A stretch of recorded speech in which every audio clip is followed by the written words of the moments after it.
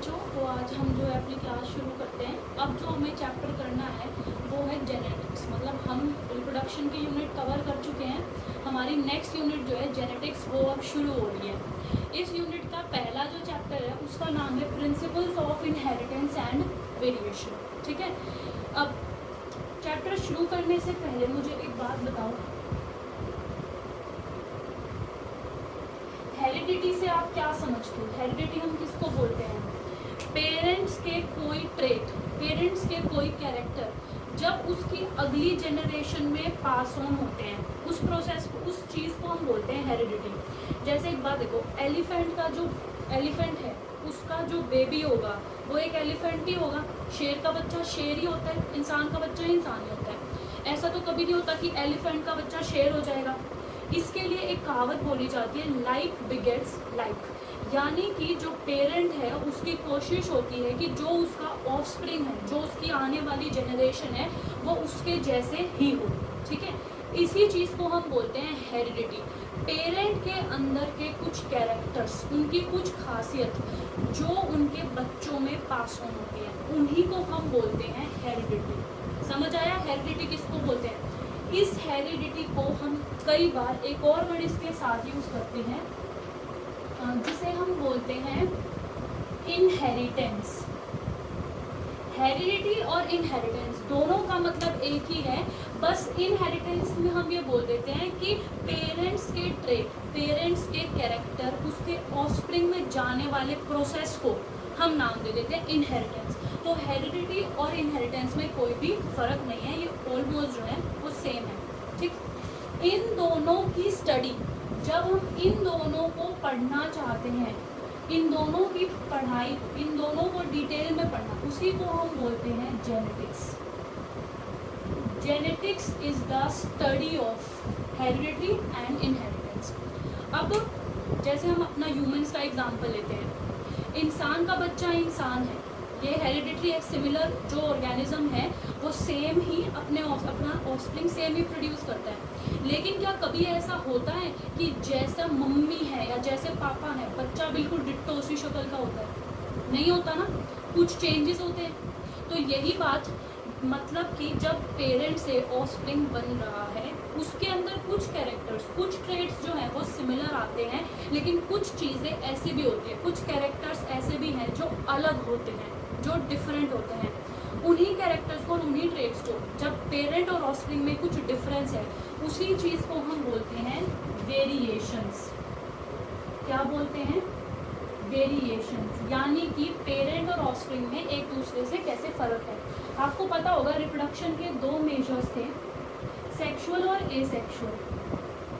ठीक है, इसमें क्या है, फर्टिलाइजेशन इन्वॉल्व होती है और दो पेरेंट्स चाहिए होते हैं। इसमें क्या है, कोई फर्टिलाइजेशन इन्वॉल्व नहीं होती, सिंगल पेरेंट से भी काम चलता है। इसमें जो ऑफस्प्रिंग बनते हैं उनको हम क्लोन्स बोलते हैं।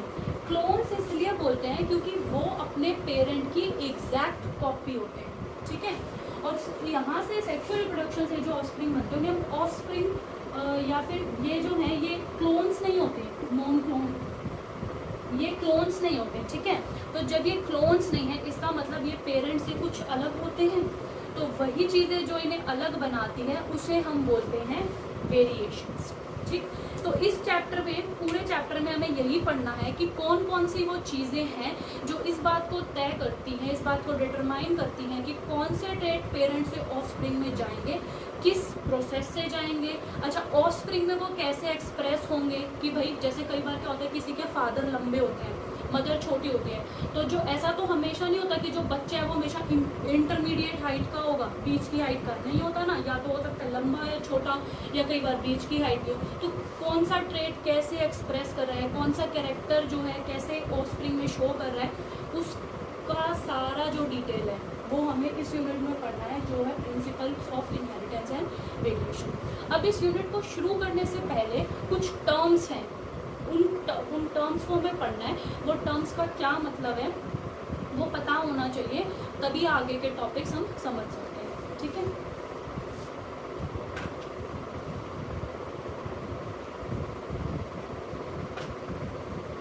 अच्छा, उन टर्म्स पर जाने से पहले 3 नाम मैं यहाँ पर लिख रही हूँ, ध्यान रखना इनसे 1 मार्क्स का क्वेश्चन पूछा जाता है। अगर आपसे ये पूछा जाए फादर ऑफ जेनेटिक्स, जेनेटिक्स का फादर कौन है, तो वो है ग्रेगर जॉन मेंडल। ठीक है। अगर ये पूछा जाए फादर ऑफ मॉडर्न जेनेटिक्स, तो मॉडर्न जेनेटिक्स के जो फादर हैं वो हैं बेटसन। और ये बेटसन साइंटिस्ट ही थे जिन्होंने जेनेटिक्स जो टर्म थी वो सबसे पहले दी थी। इसके बाद जो थर्ड है वो है फादर ऑफ एक्सपेरिमेंटल जेनेटिक्स।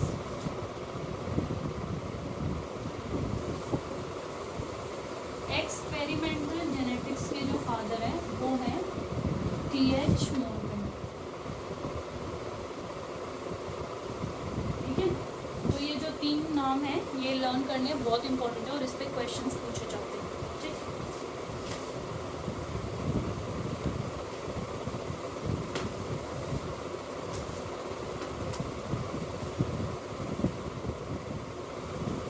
अब जो है इसमें इसके जो कॉमन नेम्स हैं, ठीक है, जो इसमें कॉमन टर्म्स हैं जो हमें पता होने चाहिए, उससे हम शुरू करते हैं।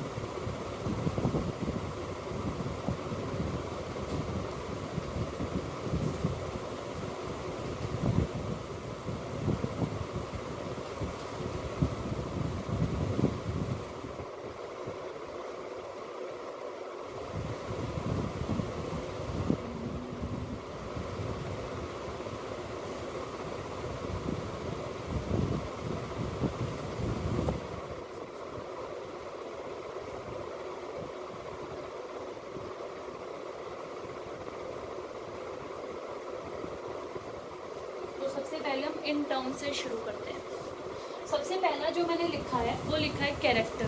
कैरेक्टर क्या होता है? जैसे मैंने बोला फ्लावर का कलर, मैंने बोला स्टेम की हाइट, मैंने बोला सीड का कलर। ये जो मैंने नाम लिए हैं ये कोई कैरेक्टर है, कोई गुण है। इसी चीज़ को हम बोलते हैं कैरेक्टर। ठीक है।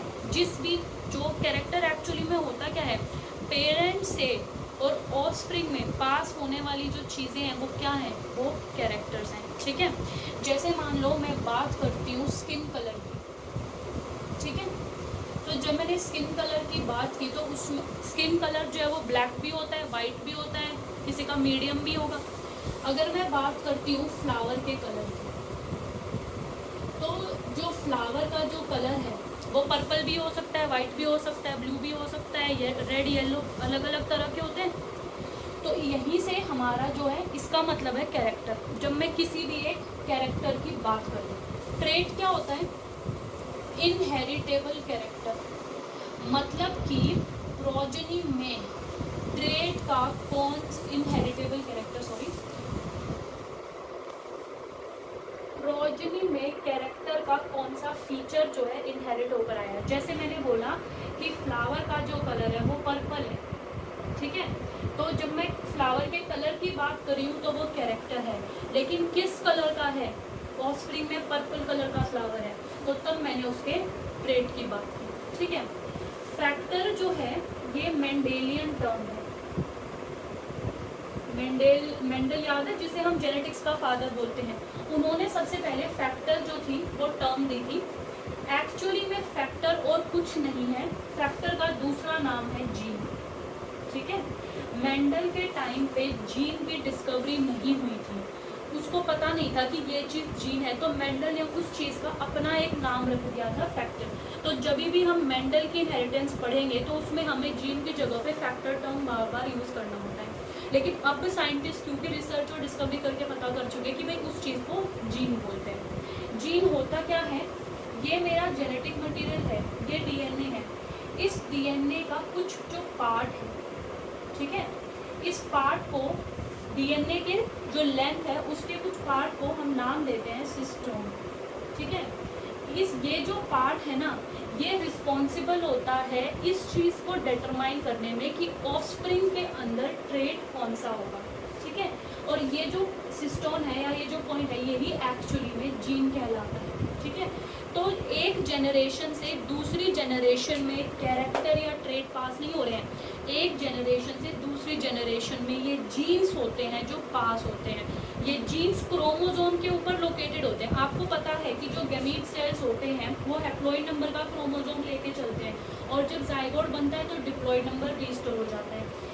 ये जो क्रोमोसोम है इसके अंदर इन क्रोमोसोम्स पे इंफॉर्मेशन है अलग अलग पॉइंट्स पे जीन की फॉर्म में, ठीक है। जैसे मान लो ये हाइट के लिए, प्लांट की हाइट के लिए रिस्पॉन्सिबल जीन है, ठीक। हो सकता है यहाँ पे फ्लावर के कलर के लिए ये वाला जो जीन है ये फ्लावर के कलर के लिए है। तो इसके ये जीन जो है यही ये डिटरमाइन करते हैं कि कौन सी चीज़ एक्सप्रेस होगी अगली जनरेशन में जाके। तो ये एक्चुअली में कुछ नहीं, ये डीएनए की सेगमेंट्स हैं, और यही जो है वो स्ट्रक्चरल और फंक्शनल यूनिट, इसमें एक टर्म मैं बोल रही हूँ, structural and functional unit of inheritance. Inheritance की स्ट्रक्चरल और फंक्शनल यूनिट जीन ही है, ठीक। इसके बाद अगली टर्म आती है अलील। अलील जो है एक एब्रीविएशन है, एक शॉर्ट फॉर्म है, पूरा नाम होता है इसका अलीलोमॉर्फ्स, लेकिन हम जो है बार बार अलील्स ही यूज़ करते हैं, ठीक है। अलीलोमॉर्फ्स एक्चुअली होता क्या है, आपको पता है होमोलोगस क्रोमोसोम होते हैं, ठीक है। यानी मान लो ये दो होमोलोगस क्रोमोसोम है, ठीक है। यहाँ पर इस पॉइंट पर जो है प्लांट की फ्लावर के जो कलर है उसके लिए जीन प्रेजेंट है। तो क्या होगा, इस क्रोमोसोम की सेम इसी साइट पर, इस साइट को मैं बोलती हूँ लोकस। एक टर्म ध्यान रखना, लोकस क्या होती है, ठीक है। लोकस का मतलब क्या होता है, डीएनए पे या फिर जो भी हमारा जेनेटिक मटेरियल, एक्चुअली में क्रोमोसोम हम बोलते हैं कि जो भी हमारा क्रोमोसोम है उस पे जीन जिस जगह पे लोकेटेड है उस प्लेस को हम नाम देते हैं लोकस, और हर जीन के लिए एक उसका स्पेसिफिक सर्टेन लोकस होता है। तो मान लो ये वो लोकस है जहाँ पे फ्लावर के कलर के लिए रिस्पॉन्सिबल जीन है, इसी का जो होमोलोगस क्रोमोसोम है उसके सेम पोजीशन पर फ्लावर का कलर के लिए प्रेजेंट होगा। हो सकता है यहाँ पे जो जीन है वो इन्फॉर्मेशन रख रहा है कि फ्लावर का जो कलर है वो वॉयलेट हो, और ये जो है ये रख रहा है कि भाई जो फ्लावर का जो कलर है वो वाइट, ठीक है। तो ये हमारे अलील्स होते हैं, मतलब एक जीन के कितने वर्जन पॉसिबल है, ठीक। जैसे मैं हाइट की बात करती हूँ, हाइट जो है दो ही हो सकती है, या तो इंसान टॉल होगा या तो इंसान छोटा होगा, ड्वार्फ होगा, ठीक। सेम चीज़ प्लांट में भी होती है, या तो प्लांट टॉल होगा या प्लांट ड्वार्फ होगा। तो यही ये जो हाइट है ना, ये है हमारा जीन, मतलब हाइट की जो इन्फॉर्मेशन है वो जीन में होती है। तो ये एक्चुअली हमारा एक कैरेक्टर है या ट्रेट है। अब इसमें वेरिएशन क्या है, इसकी अलग अलग फॉर्म्स क्या हैं, वो है टॉल और ड्वार्फ। तो ये जो टॉल और ड्वार्फ है इसको हम बोलते हैं अलील। तो अलील का मतलब समझ आया, अलील या अलीलोमॉर्फ्स क्या होते हैं, एक्चुअली में एक जीन की कितनी फॉर्म्स हैं, ठीक है, उसी को हम बोलते हैं अलील। इसके बाद हम आते हैं डोमिनेंट फैक्टर। डोमिनेंट फैक्टर या फिर डोमिनेंट जीन क्या होता है, एक ऐसा जीन जो कि चाहे होमोजाइगस कंडीशन में प्रेजेंट हो या हेट्रोजाइगस कंडीशन में प्रेजेंट हो, हमेशा एक्सप्रेस होता है। ध्यान से सुनो, जैसे डोमिनेंट और रिसेसिव पे जाने से पहले एक बार ये होमोजाइगस और हेट्रोजाइगस जो टर्म है इसका मतलब हम समझ लेते हैं। मान लो मैं यहाँ पर बात कर रही हूँ हाइट की, किसकी बात की, हाइट की। हाइट जो है वो दो ही तरीके की पॉसिबल है, या तो टॉल होगा या ड्वार्फ होगा, टॉल या ड्वार्फ, ठीक है। जो टॉल है उसको दिखाने के लिए मैं कैपिटल टी का यूज़ करती हूँ, और जो ड्वार्फ है उसको दिखाने के लिए मैं स्मॉल टी का यूज़ करती हूँ, ठीक है। तो ये है मेरा टॉल और ये है मेरा ड्वार्फ। एलील्स जो जीन है वो, क्योंकि देखो क्रोमोसोम हमेशा होमोलोगस पेयर में प्रेजेंट है, तो इसलिए हमेशा एक जीन के दो अलील होंगे, ये रूल है, कंपल्सरी है कि हमेशा एक जीन के दो अलील होंगे। अगर मैं टॉल प्लांट की बात करी हूँ तो पॉसिबल है कि वो जो प्लांट है वो टॉल है, तो हो सकता है उसके अंदर एक जीन के जो दो अलील प्रेजेंट है वो कैपिटल टी और कैपिटल टी हो, ठीक है, यानी ये भी टॉलनेस को बता रहा है और ये भी टॉलनेस को बता रहा है, तो जो प्लांट है वो टॉल हो गया। ये जो कंडीशन है ना, ये होती है होमोजाइगस, मतलब दोनों अलील जो है वो बिल्कुल सेम है, ठीक। अगर मैं लिखूं कैपिटल टी और स्मॉल टी, इसमें क्या है, एक टॉलनेस बता रहा है, एक ड्वार्फनेस बता रहा है। ये जो कंडीशन है ये हमारी होती है हेट्रोजाइगस, यानी जो दोनों अलील है वो अलग अलग है। हेट्रो मतलब होता है डिफरेंट, होमो मतलब होता है सेम, तो ये जो दोनों अलील हैं ये अलग अलग है, ठीक। अब देख, एक बात देखना, इसमें अगर कैपिटल टी और स्मॉल टी हाइट के लिए दो ही तरह के अलील पॉसिबल है, या तो टॉल होगा या ड्वार्फ होगा। अब पॉसिबल क्या है, एक बार तो हो सकता है कि कैपिटल टी साथ हो, एक बार हो सकता है कैपिटल टी और स्मॉल टी साथ हो, और एक बार हो सकता है स्मॉल टी और स्मॉल टी साथ हो। यही इनकी तीन की प्रोबेबिलिटी है। जब कैपिटल टी और कैपिटल टी है तो जो प्लांट है वो टॉल होता है, अगर कैपिटल टी और स्मॉल टी है तो भी जो प्लांट है वो टॉल है, और अगर स्मॉल टी है तो जो प्लांट है वो ड्वार्फ है, ठीक है। यहाँ से टर्म आते हैं डोमिनेंट और रिसेसिव फैक्टर। डोमिनेंट फैक्टर जो है ऐसा फैक्टर होता है जो कि हमेशा एक्सप्रेस होता है। यहाँ पर जो कैपिटल टी है ना वो डोमिनेंट फैक्टर है। अब क्या है, ये जो कैपिटल टी है ये चाहे अकेला प्रेजेंट हो या दूसरा भी कैपिटल टी हो, तब भी ये एक्सप्रेस अपने आप को ही करवा रहा है, इसीलिए ये है डोमिनेंट फैक्टर जो हमेशा खुद को एक्सप्रेस करा रहा है। कंडीशन चाहे होमोजाइगस हो या हेट्रोजाइगस हो, फर्क नहीं पड़ता। दूसरा है रिसेसिव फैक्टर। रिसेसिव फैक्टर क्या है, जो तभी एक्सप्रेस होगा जब वो होमोजाइगस कंडीशन में है। यहाँ पर ड्वार्फनेस जो है वो रिसेसिव कैरेक्टर है। प्लांट की हाइट की अगर हम बात करें तो जो ड्वार्फनेस है वो रिसेसिव कैरेक्टर है। तो ये जो रिसेसिव कैरेक्टर है, हमें ये जो मैंने आपको बताया कि जो ड्वार्फनेस है वो इसके लिए क्या है, रिसेसिव ट्रेट है, क्योंकि वो ड्वार्फनेस कब ऑर्गेनिज्म में शो हो रही है, जब दोनों तरफ जो कॉम्बिनेशन है वो होमोजाइगस है, ठीक है। तो एक बार मैं ये जो चार चीजें ना ये आपको समराइज कर देती हूँ।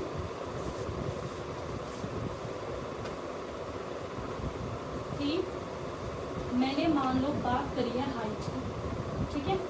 जो हाइट है उसकी दो ही कंडीशन पॉसिबल है, या तो टॉल होगा या ड्वार्फ होगा।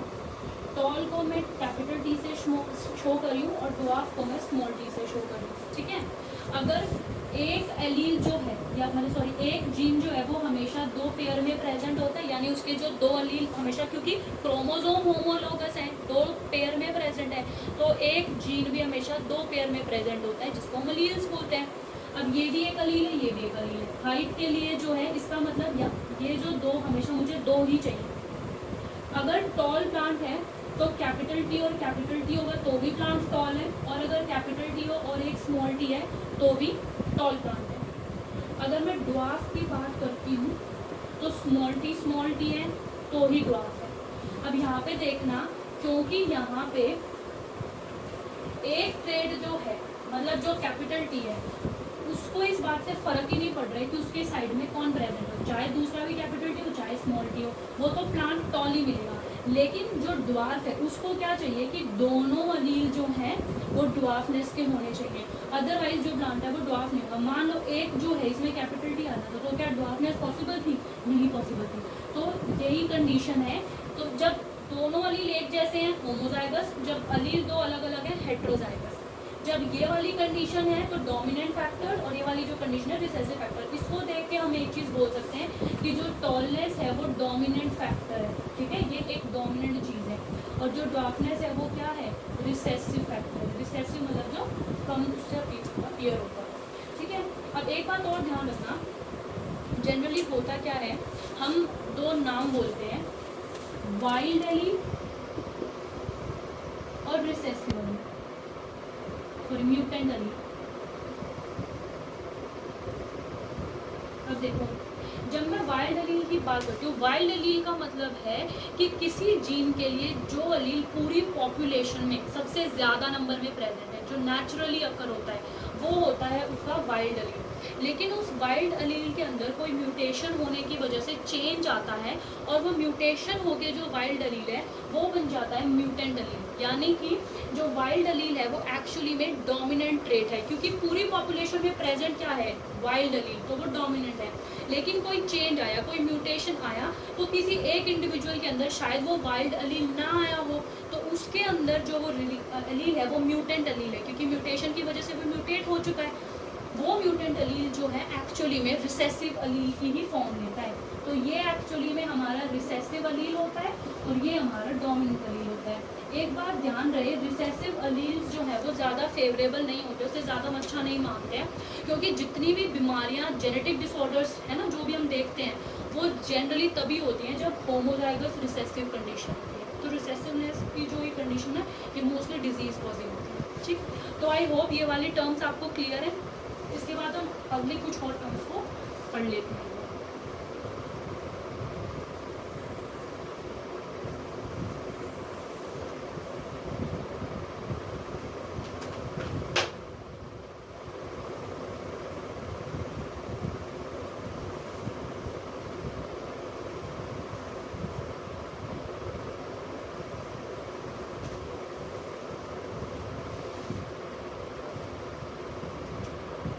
तो हम रिसेसिव और डोमिनेंट पढ़ चुके हैं, होमोजाइगस और हेटेरोजाइगस रीड कर चुके हैं। ठीक है, इसके बाद हमारी आगे कुछ टर्म्स हैं।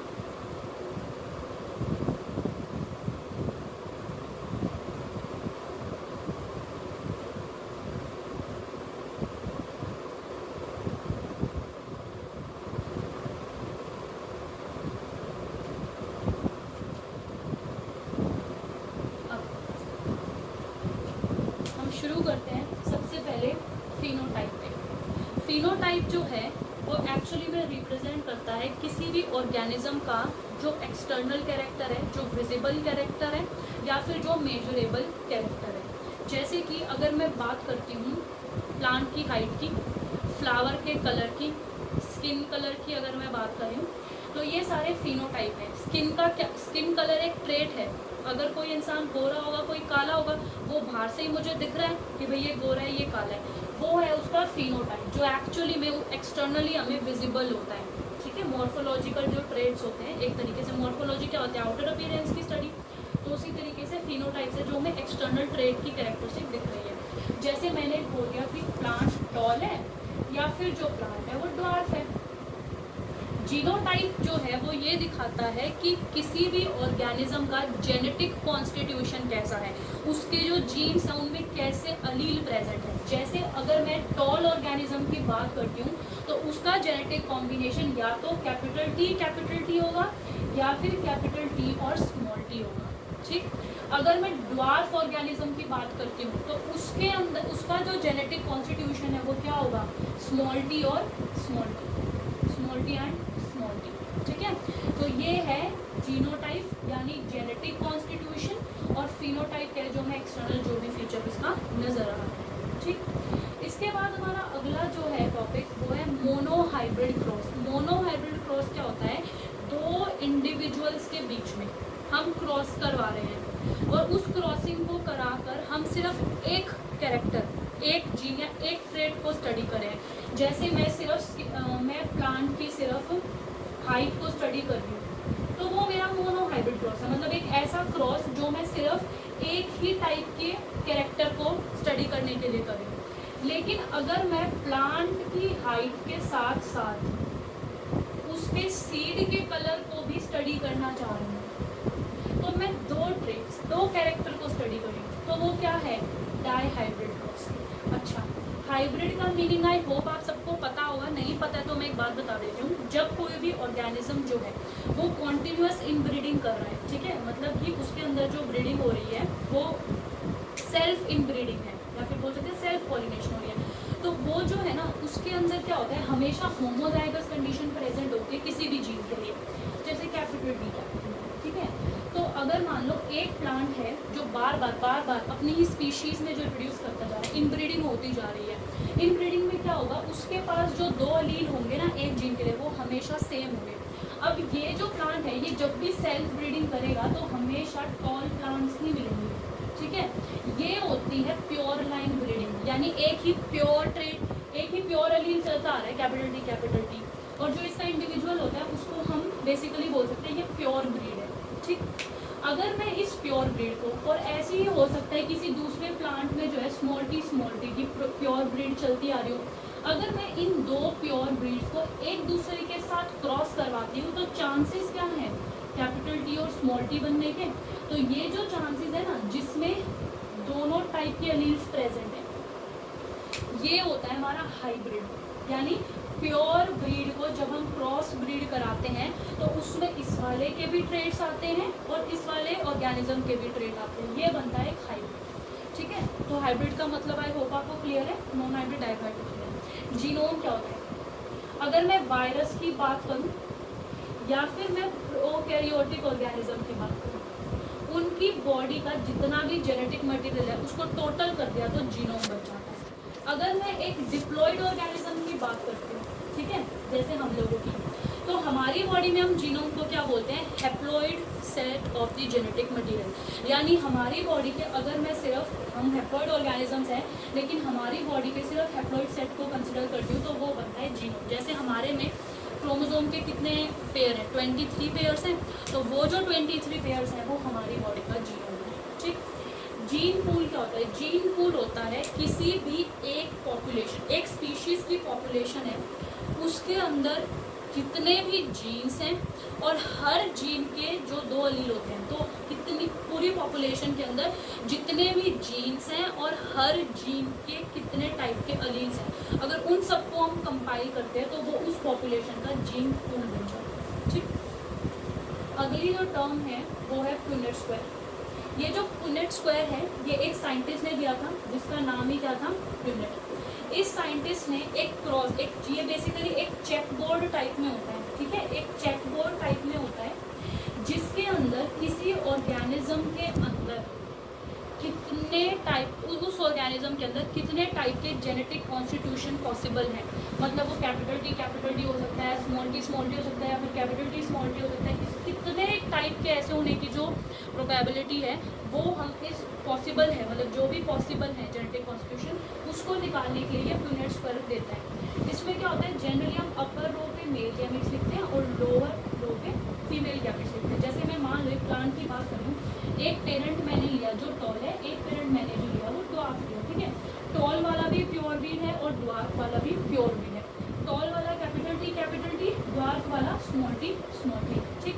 अब जब ये गैमीट्स बनाएगा तो ये क्या है, 2 तरह के गैमीट्स बनाएगा, मतलब इसका जब सेल में जाएगा एक में एक गैमीट चला गया, एक में एक चला गया। सिमिलरली ये जो गैमीट बनाएगा ये एक में स्मॉल टी बनाएगा, एक में स्मॉल टी बनाएगा, ठीक है। मान लो ये जो था मेल था और ये जो है फीमेल है, तो मेल के ये गैमीट्स हैं वो मैंने यहाँ पर लिख दी, फीमेल के जो गैमीट्स हैं वो मैंने यहाँ लिख दी, ठीक है। अब हम ये देखो, एक मेल को और एक फीमेल का गैमीट मिलेगा तभी जाइगोट बनेगा, तो एक मेल एक फीमेल बना तो कैपिटल टी स्मॉल टी, दूसरा क्या बनेगा कैपिटल टी स्मॉल टी, और फिर से कैपिटल टी स्मॉल टी। तो यहाँ से हमने क्या देखा कि जब प्योर लाइन ब्रीड कर रही है, ठीक है, जब ये जो प्योर लाइन है ये ब्रीड कर रही है तो हमेशा एक ही टाइप का ऑर्गेनिज्म मिल रहा है जिसका जेनेटिक कॉन्स्टिट्यूशन क्या है, कैपिटल टी स्मॉल टी। जितनी भी प्रोबेबिलिटी थी वो सारी जो प्रोबेबिलिटी है वो निकल के आ गई। एक बात ध्यान रखना, जब कभी भी प्योर लाइन ब्रीड जो है वो आपस में, मतलब आपस में जब वो क्रॉस करते हैं, और जो यहाँ पे हमारी जो जनरेशन आ रही है ना, इस जनरेशन को मैं बोलती हूँ F1 जनरेशन। क्या नाम लिया मैंने, F1 जनरेशन। ये F1 जनरेशन एक्चुअली में फिलाइल जनरेशन फर्स्ट है, ठीक है, फिलाइल जनरेशन फर्स्ट, ठीक है। अगर ये जो फिलाइल जेनरेशन है कब मिली है मुझे, जब 2 प्योर ब्रीड्स में क्रॉस हुआ है तो मिलने वाला पहला हाइब्रिड। 2 प्योर ब्रीड्स में जब क्रॉस हुआ तो मिलने वाला पहला हाइब्रिड जो है वो फिलाइल जेनरेशन है। अब अगर ये जो कैपिटल टी स्मॉल टी है, यानी ये जो फिलाइल जेनरेशन 1 है, अगर ये आपस में या तो सेल्फ इनब्रीडिंग करती है, यानी कैपिटल टी स्मॉल टी एक बार दोबारा से कैपिटल टी स्मॉल टी के साथ इनब्रीडिंग करते हैं, या फिर हो सकता है कैपिटल टी स्मॉल टी इसके साथ कर लें या इस मतलब ऐसे कॉम्बिनेशन के साथ कर लें, तो F1 जेनरेशन में ब्रीडिंग होने के बाद जो अगली जेनरेशन मिलती है वो मिलती है F2 जेनरेशन, जो क्या हो जाएगी फिलाइल जेनरेशन सेकंड। सेम अगर फिलाइल जेनरेशन ब्रीड करेगी तो क्या हो जाएगी F3 जेनरेशन। तो ये चलता रहता है, ठीक है। तो फिलाइल जो नाम है फिलाइल जेनरेशन 1 एंड फिलाइल जेनरेशन 2, इसके अलावा जो जेनेटिक्स जो टर्म है फिनोटाइप जीनोटाइप, ये जो कुछ टर्म्स है ना ये बेट्सन ने ही कॉइन की, जो हमने बेट्सन पढ़ा था ना कि फादर ऑफ मॉडर्न जेनेटिक्स, उन्होंने ही ये जो टर्म्स हैं वो इसमें दी थी, ठीक है। तो इसके साथ ही हमारी जो जनरलाइज जो टर्म्स हैं वो फिनिश होती हैं, ओके।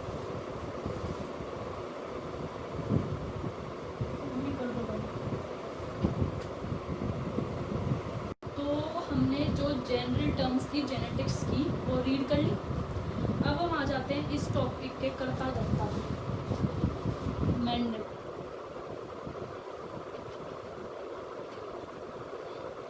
मेंडल ने इनहेरिटेंस में क्या काम किया? ये जो मेंडल है ये ऑस्ट्रिया नाम की कंट्री सुनी होगी, उस कंट्री का सिटीजन है। बचपन से ये जो था ये मैथ्स में काफ़ी इंटेलिजेंट था, लेकिन ये जो था एक रिलीजियस फैमिली से बिलोंग करता था। तो जब ये 14 साल का था, 14 का नहीं 21 साल का जब ये था, तब इसको एक मोनेस्ट्री में भेज दिया। जैसे हमारे यहाँ पुराने टाइम में गुरुकुल होते थे, वैसे ही क्रिश्चियंस में मोनेस्ट्री होती है, तो इसको उस मोनेस्ट्री में भेज दिया 21 साल की उम्र में। और उसके बाद इसने वहीं पर काम किया, वहीं पर रहना शुरू किया, और 25 ईयर्स की एज तक जब तक ये था उस टाइम के दौरान ये वहाँ पर मोनेस्ट्री में काम भी कर रहा था, और इसने अपनी फिज़िक्स में और नेचुरल साइंस में अपनी जो मास्टर्स थी वो कंप्लीट की। ब्रुन एक जगह का नाम है, यहाँ पर ऑस्ट्रिया की यूनिवर्सिटी है जहाँ से इसने बायोलॉजी और मैथ्स की जो थी अपनी स्टडी को कंप्लीट किया, और 25 ईयर्स की एज में आके मोनेस्ट्री में ये नेचुरल साइंस और मैथ्स का टीचर बन गया, ठीक है। नेचुरल साइंस जो है उसमें फिजिक्स केमिस्ट्री बायोलॉजी तीनों जो होते हैं वो मिलाकर पढ़े जाते हैं, ओके। इसके बाद क्या हुआ, 14 साल तक वहाँ मोनेस्ट्री में काम करने के बाद ये वहाँ का जो था प्रीस्ट बन गया था, मतलब जो मेन जो हेड होता है उस मोनेस्ट्री का वो हेड बन गया था। अच्छा, उस मोनेस्ट्री में क्या था, वहाँ पे एग्रीकल्चर तो होता ही था, कल्टीवेशन होती थी, तो इसके अंडर जो था ये पी प्लांट को ग्रो कर रहा था। इसने क्या चीज़ नोट करी कि पी प्लांट के अंदर जो है अगर वो सारी प्योर ब्रीड है, ठीक है, यानी सारे जो प्लांट्स हैं वो टॉल है, ठीक है। और उसके बाद के जो कुछ प्लांट्स हैं वो हमारा जो कॉमन सेंस है वो क्या बोलती है, अगर पेरेंट्स टॉल है तो आने वाली जनरेशन में टॉल होनी चाहिए। लेकिन उसने क्या देखा कि पेरेंट्स टॉल थे तो कुछ प्लांट्स जो थे वो ड्वार्फ थे जिनकी हाइट कम थी। वहाँ से मेंडल ने जो था इस जेनेटिक्स पे पी के ऊपर जो है काम करना शुरू किया था। अगर ये पूछा जाए कि मेंडल ने किस प्लांट पे काम किया तो मेंडल ने काम किया था पी प्लांट पे, और इस पी प्लांट को हम बोलते हैं पायसम सेटाइव, ठीक है। सवाल उठता है कि मेंडल ने पी प्लांट को ही क्यों चूज़ किया अपनी रिसर्च करने के लिए। जो पी प्लांट है इसके जो कैरेक्टर्स है वो बहुत ही कॉन्ट्रास्टिंग है। जैसे अगर मैं इसके फ्लावर कलर की बात करूं तो फ्लावर कलर या तो वाइट होगा या वॉयलेट होगा, ठीक है, पर्पल। तो उन दोनों को कंपेयर करना जो है ईजी है। अगर फ्लावर एक तो वाइट कलर का और एक ऑफ वाइट कलर का हो या क्रीम कलर का हुआ तो उनको कंपेयर करना मुश्किल होगा। लेकिन पी प्लांट के अंदर जो है कॉन्ट्रास्टिंग कैरेक्टर्स बहुत ज़्यादा थे, इसलिए मेंडल ने पी प्लांट को चूज़ किया। दूसरी बात, पी प्लांट जो है उसका जो फ्लावर है वो क्लोज होता है, तो उसके अंदर सेल्फ पॉलिनेशन होने के जो चांसेस है वो काफ़ी बढ़ जाते हैं। अगर पी प्लांट के अंदर वो क्रॉस ब्रीडिंग कराना चाहता है, आपको याद हो हमने प्रीवियस चैप्टर में जब प्रीवियस चैप्टर में आर्टिफिशियल हाइब्रिडाइजेशन में 3 टेक्निक्स पढ़ी थी, बैगिंग, डस्टिंग एंड टेलिंग वाले जो 3 हमने जो कैरेक्टरिस्टिक्स पढ़े थे, इमैस्कुलेशन, सॉरी टेलिंग नहीं, इमैस्कुलेशन, बैगिंग और डस्टिंग, उन्हीं 3 टेक्निक्स को उन पी के फ्लावर्स पे यूज़ करके क्रॉस ब्रीडिंग भी करवाई जा सकती थी। दूसरा, इसके जो F1 जो जनरेशन आती थी, पेरेंट्स को ब्रीड करवा के जो F1 जनरेशन मिल रही थी वो फर्टाइल थी। दूसरा, जो पी प्लांट है इसकी लाइफ साइकिल जो है वो काफ़ी कम होती है, यानी हर 3 महीने में नई प्रोजनी मिल सकती है, तो भी उसको स्टडी करना इजी है। ह्यूमन को स्टडी करना इजी क्यों है? एक पेरेंट से एक ऑफस्प्रिंग आया, वो अपनी पूरी लाइफ साइकिल प्रोड्यूस करेगा, तब अगला ऑफस्प्रिंग आएगा, तो वहाँ पे क्या है, टाइम पीरियड ज़्यादा हो जाता है, तो हमारे रिसर्च में टाइम लगता है। लेकिन यहाँ पे जो प्लांट है वो जल्दी जल्दी नई प्रोजनी दे रहा है, तो कैरेक्टर्स को स्टडी करना, रिसर्च करना भी जो है ईजी हो जाता है। तो ये रीज़न था इसका पायसम सेटाइवम को चूज़ करने का। ठीक है, मेंडल जो था इसने क्या अपना पूरा इस पे पायसम सेटाइवम पे काम किया। ठीक है, और यहाँ से इसने कुछ जनरल जो थी, जो चीज़ें इसको रिसर्च की, जो भी इसका इसने पूरे टाइम पे डिस्कवरी करके जो भी पी प्लांट्स और जेनेटिक्स के बारे में जो भी इंफॉर्मेशन निकाली थी, उस इंफॉर्मेशन को इसने एक पेपर में पब्लिश किया था। ठीक है, जो ब्रून यूनिवर्सिटी है, ब्रून में जगह जो है वहाँ पे एक जर्नल भी, जैसे नेचुरल साइंस का जो जर्नल है नेचर करके बहुत फेमस है, अगर किसी को पता हो साइंस का जो जर्नल होता है, तो ऐसे क्या होता है, अलग अलग जर्नल्स होते हैं जिसमें जो साइंटिस्ट होते हैं उन्होंने जो भी चीज़ रिसर्च की होती है वो उसको पब्लिश करते हैं, ताकि अगर किसी दूसरी कंट्री में भी कोई साइंटिस्ट सेम चीज़ पे काम कर रहा है तो वो पहली बात तो वो आपस में इंटरेक्ट करके एक दूसरे की रिसर्च में हेल्प कर सकते हैं। दूसरा, मान लो मैंने कोई डिस्कवरी करी और किसी दूसरे देश में भी किसी ने डिस्कवरी करी, लेकिन मैंने वो डिस्कवरी पहले की है तो उसका क्रेडिट मुझे मिलेगा, दूसरे इंसान को नहीं मिलेगा। तो क्या होता है, जनरल में अगर आपका कोई पेपर पब्लिश हो जाता है, आपकी कोई रिसर्च पब्लिश हो जाती है, तो वो एक अश्योरिटी हो जाती है कि भाई आपका जो काम है उसको जो साइंटिस्ट की जो सोसाइटी है उसमें रिकॉग्निशन मिल चुकी है। तो इसने इसका वहाँ पे पेपर पब्लिश हुआ था जो with research on plant hybridization. ठीक है, इसने क्या किया था, प्योर लाइन ब्रीड्स को लेके उनका हाइब्रिड बनवाया था। जो मैंने आपको पहले ही बताया कि प्योर लाइन ब्रीड्स क्या होते हैं, जो होमोजाइगस कंडीशन में होते हैं, और उनका हाइब्रिड क्या होता है, जो हेट्रोजाइगस कंडीशन में होता है। तो उसने ये सारा काम किया, उस पेपर में पब्लिश करा दिया। 1884 में जो मेंडल था वो एक्सपायर हो गया और उसके काम को कोई भी रिकॉग्निशन नहीं मिली, कोई भी पहचान नहीं मिली, किसी को भी नहीं पता था कि मेंडल के साइंटिस्ट ने कोई डिस्कवरी करी। ठीक है, मेंडल के काम को 34 इयर्स तक कोई पहचान ना मिलने के बहुत सारे रीजंस थे। पहला रीज़न तो ये था कि मेंडल की जो ये रिसर्च थी ना, ये उसके टाइम से बहुत आगे की चीज़ थी। ठीक है, मतलब कि मेंडल ने बोला था, मेंडल ने क्या अपनी रिसर्च में बात बोली थी कि फैक्टर्स जो होते हैं, जो हमें अब पता है कि जीन्स होते हैं, लेकिन उस टाइम जो था किसी ने न्यूक्लियस कोई माइक्रोस्कोप में नहीं देखा था। तो जब माइक्रोस्कोप इतने डेवलप नहीं थे, ये 1800 सेंचुरी की बात हो रही है, सॉरी 19 सेंचुरी की बात हो रही है, 1822 से 1884 के बीच का टाइम। ठीक है, तो इसमें क्या है, ये इसके बर्थ का वो था। तो जो मैं आपको क्या बताई थी, हाँ, कि जो कंप्यूटर्स थे या फिर जो माइक्रोस्कोप्स वगैरह थे वो इतने डेवलप नहीं थे। जब साइंटिस्ट ने सेल के अंदर न्यूक्लियस कोई कभी नहीं देखा है, तो क्या वो इस बात को बिलीव करेंगे कि भाई फैक्टर जैसी भी कोई चीज़ सेल के अंदर होती है? क्योंकि ये फैक्टर्स जो हैं एक्चुअली में लोकेटेड किसके ऊपर है, क्रोमोसोम्स के ऊपर। जब न्यूक्लियस ही नहीं दिखा तो क्रोमोसोम्स कैसे दिखे होंगे, और क्रोमोसोम्स के ऊपर जीन्स है ये भी नहीं दिखा होगा। तो किसी ने इस करके इस पर बिलीव नहीं किया, क्योंकि ये जो इसने ये काम किया ये बहुत ही एडवांस काम किया था। और देखा जाए तो भाई अगर किसी ने इतना एडवांस काम किया तो उसको रिकॉग्निशन तो बहुत ज़्यादा मिलनी चाहिए, लेकिन उस टाइम इसको नहीं मिली। दूसरा बात, इसका नेचर, ये जो है एक अग्रेसिव नेचर का नहीं था। मतलब क्या होता है, किसी के पास नॉलेज है, लेकिन अगर आपको वो नॉलेज एक्सप्रेस करनी नहीं आती है तो कोई ये मानेगा नहीं कि आपको किसी चीज़ का ज्ञान है। फैक्ट बात यही जो था मेंडल के साथ था। मेंडल क्योंकि एक प्रीस्ट था, उसका नेचर ऐसा नहीं था कि वो लोगों के अंदर आगे जा जाके इस बात को बोले कि भाई ये मेरी डिस्कवरी है, ये है, वो है। वो इतना, उसका नेचर जो था वो भी एक ड्रॉबैक की तरह ही काम किया उसके लिए। तीसरी बात, उस टाइम पे the whole scientific world was rocked by Darwin. पूरा साइंटिस्ट की जो दुनिया थी ना उस टाइम पे, उन सब का ध्यान एक साइंटिस्ट पे था जिसका नाम था डार्विन। जब मेंडल ने ये काम किया था उस वक्त डार्विन ने अपनी थ्योरी ऑफ नेचुरल सिलेक्शन दी थी। इसने अपनी थ्योरी ऑफ नेचुरल सिलेक्शन में ये बोला था कि भाई जो ये आपने पढ़ा भी होगा सर्वाइवल ऑफ फिटेस्ट, और ये मतलब इसकी थ्योरी से इसने बोला था कि भाई जो बंदर है वो हमारे पूर्वज हैं। तो उस टाइम पे आप इमेजिन करो लोगों को ये बात बोलना कि बंदर हमारे पूर्वज हैं, तो लोगों के अंदर कितनी क्यूरियोसिटी होगी। तो सारे जो साइंटिस्ट थे वो डार्विन के काम को पढ़ने में लगे हुए थे और उसके काम को ये चेक करने में कि भाई इसकी थ्योरी सही है या नहीं, अगर सही है तो अपनी डिस्कवरी वो इस पर कैसे रिसर्च कर सकते हैं वो सब। तो किसी ने भी मेंडल का जो काम था ना उस पर ध्यान नहीं दिया। दूसरा रीज़न क्या था कि मेंडल जो था वो मैथमेटिशियन भी था और बायोलॉजिस्ट भी था।